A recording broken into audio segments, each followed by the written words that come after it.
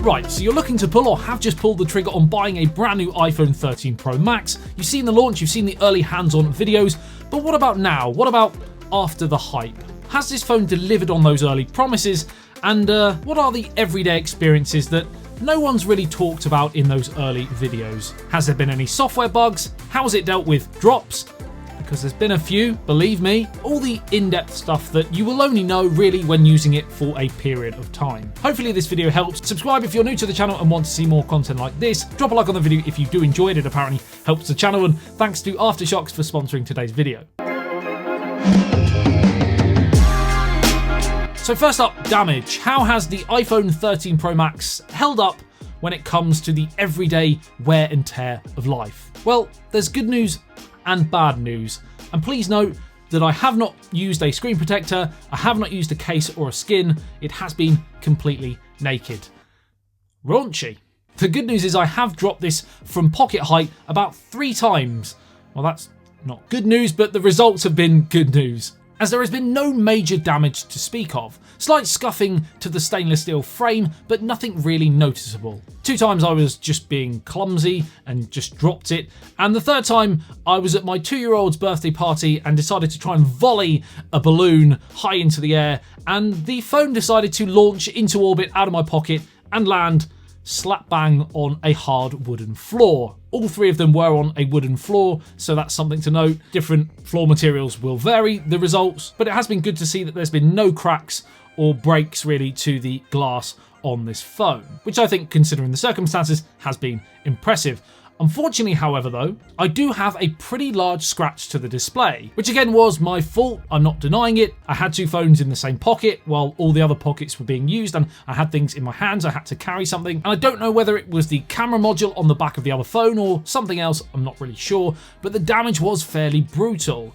It was only in there for a very, very short amount of time, and when I took it out, that was the result, and I was a little bit like, oh, I should have put a screen protector on it. I keep thinking I'm invincible with these things, and I'm just not. Basically, it seems that iPhones have come on leaps and bounds when it comes to the strength of glass and fracturing. Can you fracture glass? It's not a bone. Crack the glass. They have come on pretty well in that department, but it still seems that it is quite easy to scratch them, so definitely don't do what I did, and don't go full naked. Now, before we go into some of the great things about this phone I've experienced and some more potentially juicy negative issues that you definitely need to know about, I'd like to take this time to introduce today's video sponsor, Aftershocks. Aftershocks are one of the industry leaders in wireless bone conduction sports headphone technology, and the product they've sent me to showcase today are the Aeropex versions, which are their most advanced yet. Now, bone conduction technology, for those who are unsure, is where the headphones use vibrations to transmit sound directly to your inner ear through the bones located in your upper cheek and jaw, and not through air conduction or through your inner ear canal like most earbuds. These are far safer to use when out jogging, for example, as your ear canal is free to take in the full sounds around you like traffic noise, etc. And as a result, they are England Athletics race approved. They have a wraparound titanium frame providing a really secure fit no matter what you're doing, and they have an IP67 water and dust resistant rating, so fine to come into contact with sweat and rain, etc. And speaking of all things sweaty, they work well from a hygiene point of view also, as your ears can breathe without earbuds in them or earpads over them. And there are no real uncomfortable pressure points here either, like you can get from some of those other types of devices,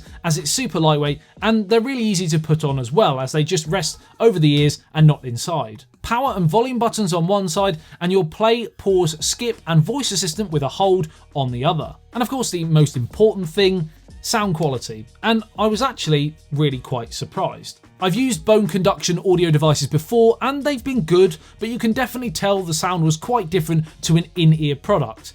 But these sound very similar. Really crisp and clear, decent bass for their size, and if you're looking for something like this, then Aftershocks Aeropex are a must observe. I will leave a link to the product in the video description below where you can go through and get 10% off currently right now, and using the code is also a £5 off on top of that as well, so definitely worth a look. Go check it out. Now, while we're on speakers and audio quality, I still think the 13 Pro Max speakers are also excellent and definitely some of the best in their class.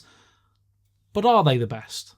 Let's find out. Let's do a little test. I'm going to compare them to the Samsung Galaxy S21 Ultra, the Xiaomi Mi 11 Ultra, the Huawei Mate 40 Pro, and the OnePlus 9. Now, I know there are a lot of other amazing flagship phones out there with great speakers, but they are some of the more popular devices that I see from comments from you guys on the channel. So have a listen and let me know in the comments which phone you think has the best speakers.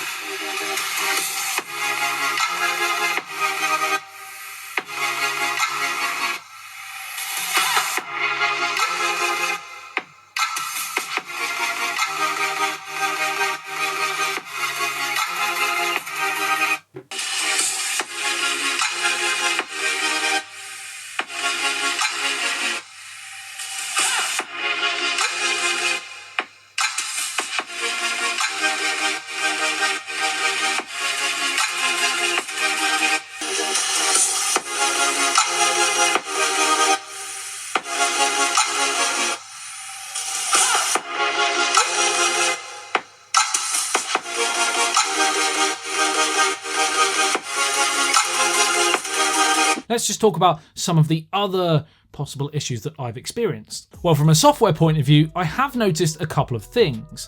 The first is quite hard to replicate because it doesn't happen very often, but enough to notice. Weirdly, sometimes when I load up YouTube and try and click on a video, it doesn't register my touch, and I have to close the app down and reopen it for it to work. I don't know whether that's a YouTube iOS app problem, possibly from the developer or from iOS 15 itself, I'm not too sure. But yeah, it's definitely happened enough times to be a little bit irritating. Similarly, I've noticed on the lock screen, sometimes when it registers my face, I then go to swipe up to unlock it and it doesn't register. And I have to press the power button on and off to reload the lock screen page, and then it works and the swipe up works fine. Not sure, it is there. Probably something that can be ironed out with software updates, which is something that has happened with a couple of the camera kinks as well. Out of the box, the auto switching between the primary lens and the ultra wide angle lens to go from a standard shot to a macro when you're moving close to something, I found the experience quite jarring, as I didn't always want to switch to the ultra wide angle lens just because I was up close. Thankfully, there has already been a software update after release, which now allows you to toggle this auto switch feature on and off in your camera settings. Now, my good friend Tommy, aka GadgetsBoy, did also post on Twitter that he was having problems where the macro mode was kind of locked on and he couldn't get out of it. He said that it's kind of what's that? He did say the problem appeared to have rectified itself, was the word I was looking for. But yeah, there definitely seems to be certain little issues with the camera from a software point of view. Teething issues, I'm sure. Stuff that will be ironed out, I'm sure. But probably shouldn't really be there at this price point. Elsewhere on the camera, there have been some really nice upgrades from last year's model, but are the differences worth the extra pennies? Well, for a start, you do now have this new cinematic mode, which I feel has had a fair amount of possibly unfair flack. Is the max resolution here just 1080p? Yes, unfortunately we cannot get 4K here. And is the edge detection a little bit off at times? Yes, again, but I personally feel that watching 1080p footage on a smartphone display is crisp enough, and edge detection on iPhones, even on their portrait photos, is still a work in progress. I feel it's not 100%, so there's nothing really new there. Like with Samsung and their live focus video, is it perfect? No. Is it a great option to be creative? Yes. And is it very, very exciting where they can take it forward from here? Absolutely. I think this should be classed, in my opinion, as a success. And for those wondering what the audio sounds like, this is of course the footage coming from the phone, but this is also now you're hearing the audio as well. So let me know whether you think the audio is acceptable enough for content creation, or whether you think you should go with a external proper microphone. And overall for video, the iPhone 13 Pro Max is absolutely good enough to create some pretty professional video content, and certainly more than good enough for starting out on YouTube or TikTok if that's your thing. Now in terms of differences camera-wise to the iPhone 12 Pro Max, the clearest would mainly be experienced when using the ultra-wide angle lens. The lower f1.8 aperture compared to the f2.4 respectively means for night shots it does allow in a fair amount more light, and as a result images look that little bit clearer with less noise. And you also have the mentioned macro mode as well. Outside of that, the slightly larger 3x optical zoom and 15x digital max zoom on the 13 Pro Max compared to the 2.5x and 10x on the 12 Pro Max is better, but still lacking a little bit compared to flagship Android counterparts, some of which offer up to 10x optical zoom. The higher the optical zoom count, the sharper the image tends to be, because digitally enhancing an image to make it look closer often gives you a worse picture quality. Outside of that, side by side, I think you will be hard pushed to see a huge difference in most photos between the two generations. So not a huge upgrade in this department this year, but a great all-round camera again from Apple. Something that I do think is a pretty substantial upgrade, which I actually didn't on first impressions, is the 120Hz ProMotion display. I had experienced high refresh rate displays on Android before, but I didn't really notice, unless I was going side by side comparison between the 12 Pro and the 13 Pro Max, I didn't really notice too much of a difference because the animations have always been so smooth, as I mentioned in my other video, on Apple devices. But I am noticing it more and more when I'm jumping back and forth between the two products. I am finding the 12 Pro now feels quite laggy and jittery in comparison, and it's a very, very powerful machine even now, a year on. It's still one of the best, so it definitely has something to do with that ProMotion display. I'll echo what I said before. If you've tried the new displays, you will then possibly struggle to get used to 60Hz again because the screen is refreshing twice as quick. It just feels that much more smooth on the new one. But if you haven't, your iPhone 12 series, etc., and even further back with the 60Hz, you'll be completely fine. It's not a night and day difference, but it is a nice upgrade. Something that is also the same for the battery. Lovely, lovely stuff. Lovely stuff! The battery's just quite simply incredible. It really, really is. I don't really need to add much more here. If you want a flagship smartphone with probably the best battery going, then you go with the iPhone 13 Pro Max. It really is outstanding. For the battery capacity, what they do optimization wise with the software and the A15 Bionic chip is something truly special, and I think a lot of Android manufacturers do need to take a leaf out of Apple's books with this department. I've often found myself actually forgetting to charge the phone overnight, waking up with about 20-30% battery because the battery standby time is incredible, and I don't really feel I need to charge it until a fairly big chunk through the day. So, it really is just epic. Quite a long-winded way of saying good battery. And speaking of the A15 Bionic chip, it's also ridiculously good, as Apple's chips have pretty much been since the dawn of time. I haven't really noticed any real difference in everyday performance compared to the standard iPhone 13, mainly because the CPU performance is exactly the same as seen in these benchmarks that I posted over on Twitter.